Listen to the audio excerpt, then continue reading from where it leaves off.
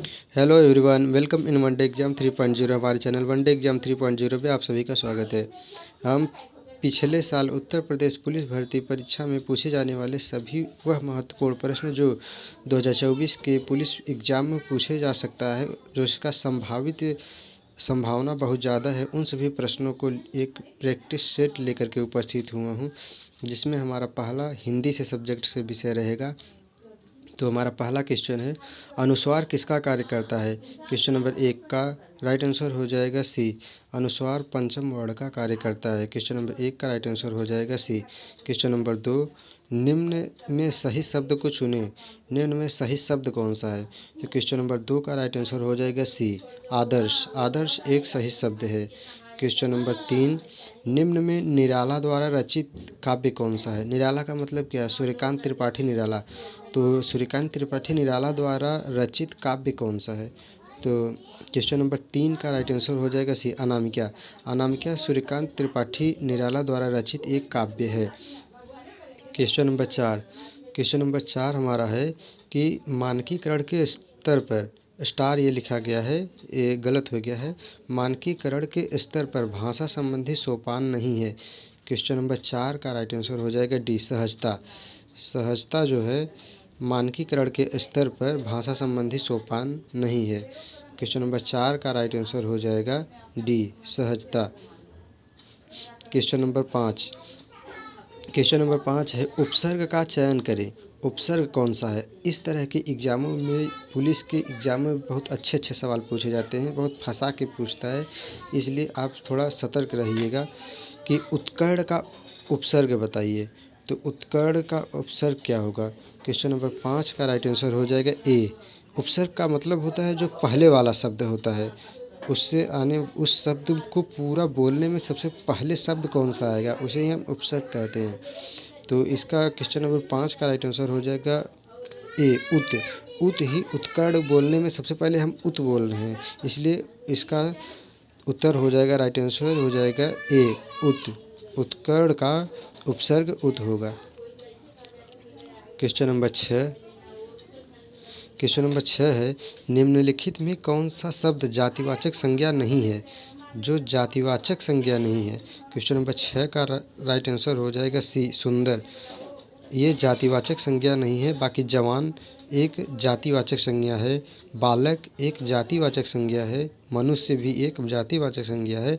सुंदरता ये जातिवाचक संज्ञा नहीं है, जबकि सुंदरता सभी में हो सकती है, बालक में भी हो सकती है, मनुष्य में भी हो सकती है, एक जवान में भी हो सकती है। लेकिन जवान एक जातिवाचक संज्ञा है, ये एक अलग अपना रूप है। बालक भी एक अपना अलग रूप है, मनुष्य भी एक अपना अलग रूप है, जबकि सुंदरता इन सभी तीनों में भी पाई जा सकती है, जो कि एक जातिवाचक संज्ञा नहीं है। क्वेश्चन नंबर 7, निम्न में प्रेरणार्थक क्रिया है। क्वेश्चन नंबर 7 का राइट आंसर हो जाएगा, क्वेश्चन नंबर 7 का राइट आंसर हो जाएगा सी, गिराना। निम्न में प्रेरणार्थक क्रिया है, इसका राइट आंसर हो जाएगा सी, गिराना। गिराना एक प्रेरणार्थक क्रिया है। इन सभी शब्दों में जितने दिए हुए हैं, इन सभी शब्दों में प्रेरणार्थक क्रिया कौन सा है। उठाना, चमकाना, देना, गिराना। तो इसका राइट आंसर हो जाएगा सी। इस तरह के यूपी पुलिस एग्ज़ाम में अधिकांशतर प्रश्न पूछे जाते हैं। क्वेश्चन नंबर 8, बीड़ा पाड़ी शब्द के कौन सा समास होगा। क्वेश्चन नंबर 8, बीड़ा पाड़ी शब्द में कौन सा समास होगा। यह प्रश्न बहुत बार एग्जामों में पूछा गया है। क्वेश्चन नंबर 8 कि बीड़ा पाड़ी शब्द में कौन सा समास होगा। तो क्वेश्चन नंबर 8 का राइट आंसर हो जाएगा बी, बहुब्रीहि समास। बहुब्रीहि समास होता है बीड़ा पाड़ी शब्द में। क्वेश्चन नंबर 9, धवल का अनेकार्थी क्या होगा। क्वेश्चन नंबर 9 का राइट आंसर हो जाएगा निष्कलंक। धवल का अनेकार्थी निष्कलंक होगा। क्वेश्चन नंबर 9 का राइट आंसर हो जाएगा ए। क्वेश्चन नंबर 10, अश्लील शब्द का विलोम क्या होगा। क्वेश्चन नंबर 10 का राइट आंसर क्या होगा, अश्लील शब्द का विलोम क्या होगा। क्वेश्चन नंबर 10 का राइट आंसर होगा ए, श्लील। क्वेश्चन नंबर 10 का राइट आंसर हो जाएगा ए, अश्लील शब्द का विलोम श्लील होगा। फ्रेंड्स, 10 प्रश्न हमारे हिंदी से थे। अब बाकी प्रश्न 10 जीएस और जीके से संबंधित प्रश्न रहेगा। तो हमारा पहला जीएस जीके से संबंधित रहेगा। यह उत्तर प्रदेश एग्जामों में कई बार पूछे जाने वाला प्रश्न है। भारत में ज्ञानपीठ पुरस्कार पाने वाली महिला कौन थी? भारत में ज्ञानपीठ पुरस्कार पाने वाली पहली महिला कौन थी? तो क्वेश्चन नंबर 1 का राइट आंसर हो जाएगा ए, आशापूर्णा देवी बांग्ला। यह ज्ञानपीठ पुरस्कार पाने वाली सबसे पहली महिला हैं भारत में। आशापूर्णा देवी बांग्ला यह भारत की सबसे पहली महिला हैं जो ज्ञानपीठ पुरस्कार को प्राप्त की हैं। क्वेश्चन नंबर 2, सरस्वती पत्रिका के यशस्वी संपादक कौन है? क्वेश्चन नंबर 2 का राइट आंसर हो जाएगा क्वेश्चन नंबर 2 का राइट आंसर हो जाएगा बी, सरस्वती पत्रिका के यशस्वी संपादक बी महावीर प्रसाद हैं। क्वेश्चन नंबर 2 का राइट आंसर होगा बी। क्वेश्चन नंबर 3, भारत का प्रथम कृषि विज्ञान केंद्र कहाँ पर स्थित है? क्वेश्चन नंबर 3 का राइट आंसर हो जाएगा डी, पुदुचेरी। भारत का प्रथम कृषि विज्ञान केंद्र पुदुचेरी में स्थित है। यह प्रश्न एसएससी में भी पूछा जाने वाला प्रश्न है। एसएससी सीजीएल सीएचएसएल में भी कई बार पूछा गया प्रश्न है। क्वेश्चन नंबर 4, कौन सा जैव निम्नकरणीय है? क्वेश्चन नंबर 4 का राइट आंसर हो जाएगा ए, कागज। कागज एक निम्नकरणीय है, बाकी डीडीटी, एल्यूमीनियम और प्लास्टिक यह निम्नकरणीय नहीं है। क्वेश्चन नंबर 4 का राइट आंसर हो जाएगा ए। क्वेश्चन नंबर 4 का राइट आंसर ए हो जाएगा, कागज एक निम्नकरणीय है। इन सभी शब्दों में कागज एक निम्नकरणीय है।